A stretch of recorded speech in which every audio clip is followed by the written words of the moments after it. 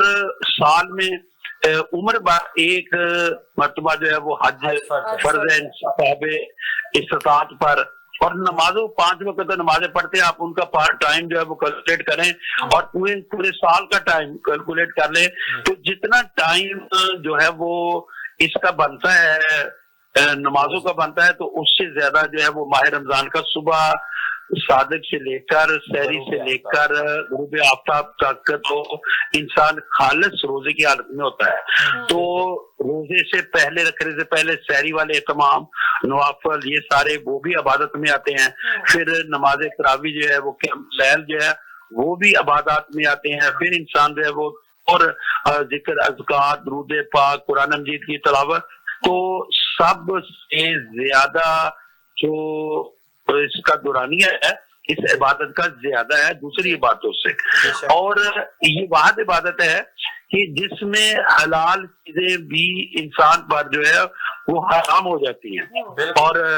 یعنی اور کوئی ایسا مہینہ ایسا نہیں ہے کہ جو چیزیں اللہ نے حلال کر دی ہیں آپ روزے کی حالت میں کھا پی نہیں سکتے،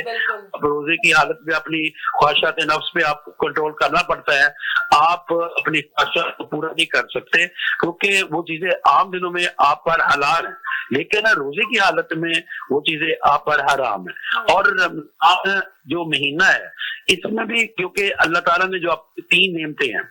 اور یہ وہ 3 نعمتیں عظمیٰ ہم نے کہتے ہیں کہ وہ نعمتیں جو اگر کسی کو مل جائیں تو پھر اس کی کسی کو محتاجی نہیں رہتی۔ وہ نعمتیں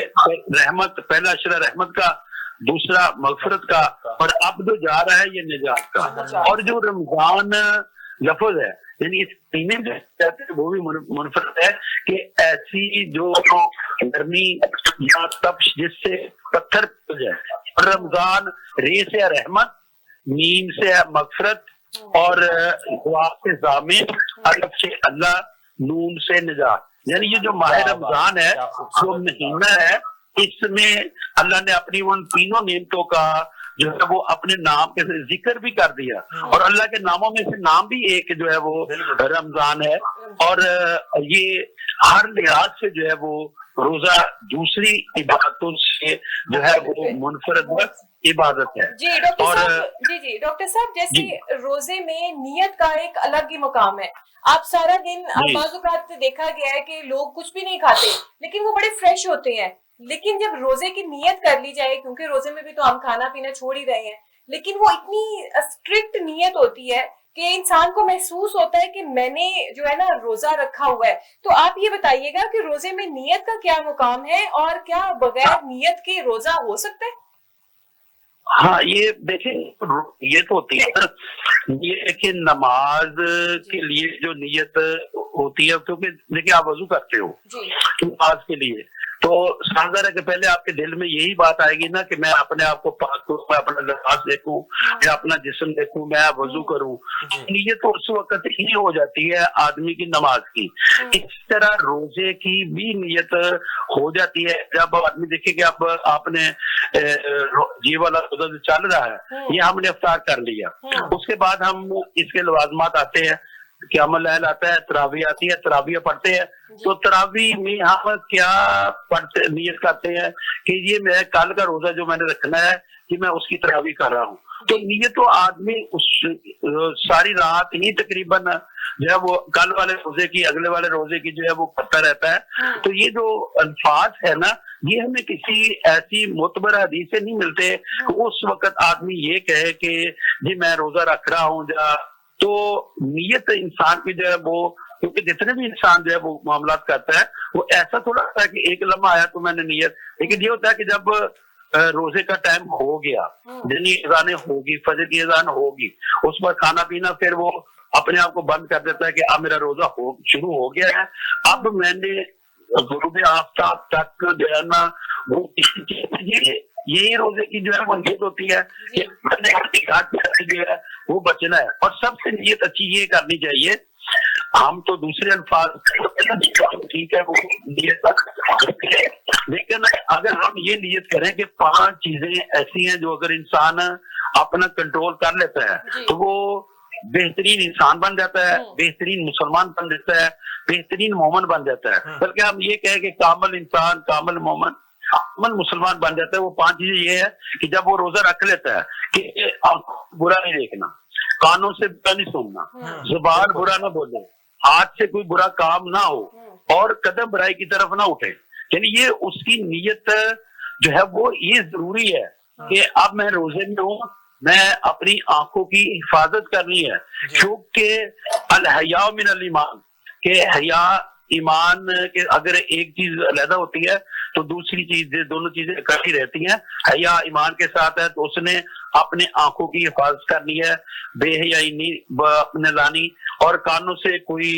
ایسی بیہودہ باتیں، لغو باتیں، لا یعنی لا حسن نکمی، اس طرح کی باتیں نہیں سنتی، وہ روزے کی حالت میں بھی ہو اور وہ گانے بھی سنے، اس طرح دوسرے اور غیبت، چگلی، بہتان خود بھی کرے، لوگوں کی بھی سنے، تو نہیں، اس نے اپنی کانوں کی بھی حفاظت کرنی ہے۔ زبان پر ایسا لفظ نہ لائے جیسے کسی کی دل آزاری ہو، زبان بلکہ نبی پاک صلی اللہ علیہ وسلم کی حدیث میں کہا ہے کہ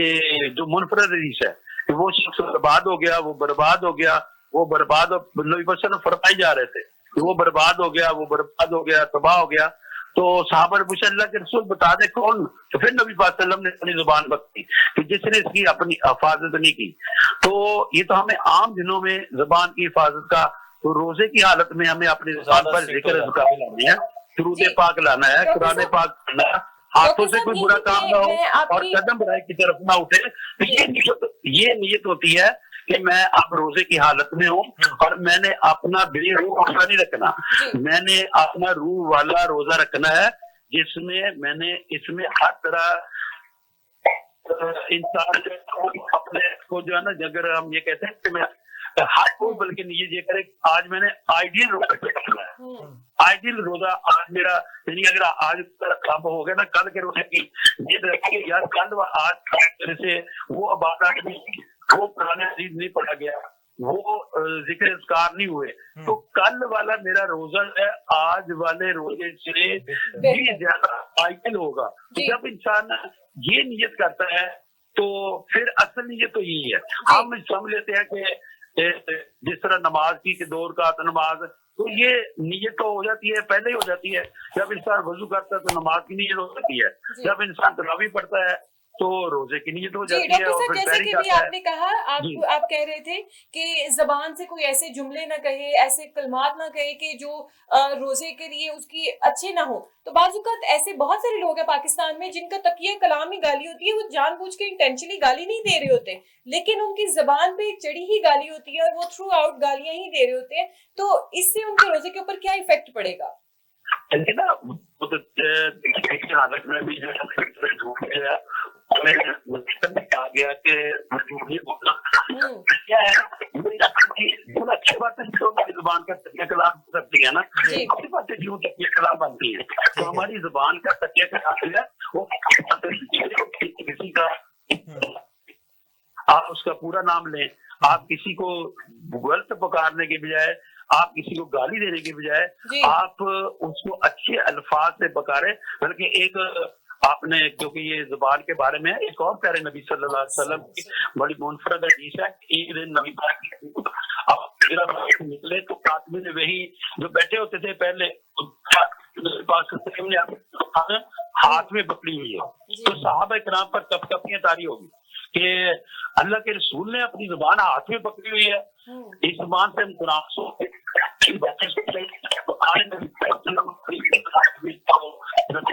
صحابہ کرام کے پاس نے فرمایا اس کی حفاظت کرو، یہ آپ کو بلندیوں پہ بھی دیتی ہے، یہ آپ کو رتبے بھی دیتی ہے، یہ آپ کو مراتب بھی دیتی ہے، اور یہ آپ کو پستیوں میں بھی دکھاتی ہے، یہ آپ کو راستہ بھی دکھا دے گی، اور یہ آپ کو عزت بھی دیتی ہے، اور یہ آپ کو ذلت بھی دے گی، اور یہ آپ کو کامیابی بھی دیتی ہے، اور یہ کامیابی دے گی۔ تو یہ 3 چیزیں ان میں وہ جو آپ کے ساتھ، میں آپ جو سننے والے ہمارے عامی ناظرین ہیں، سب کے پیچھے کھڑے ہوئے ہیں۔ ایک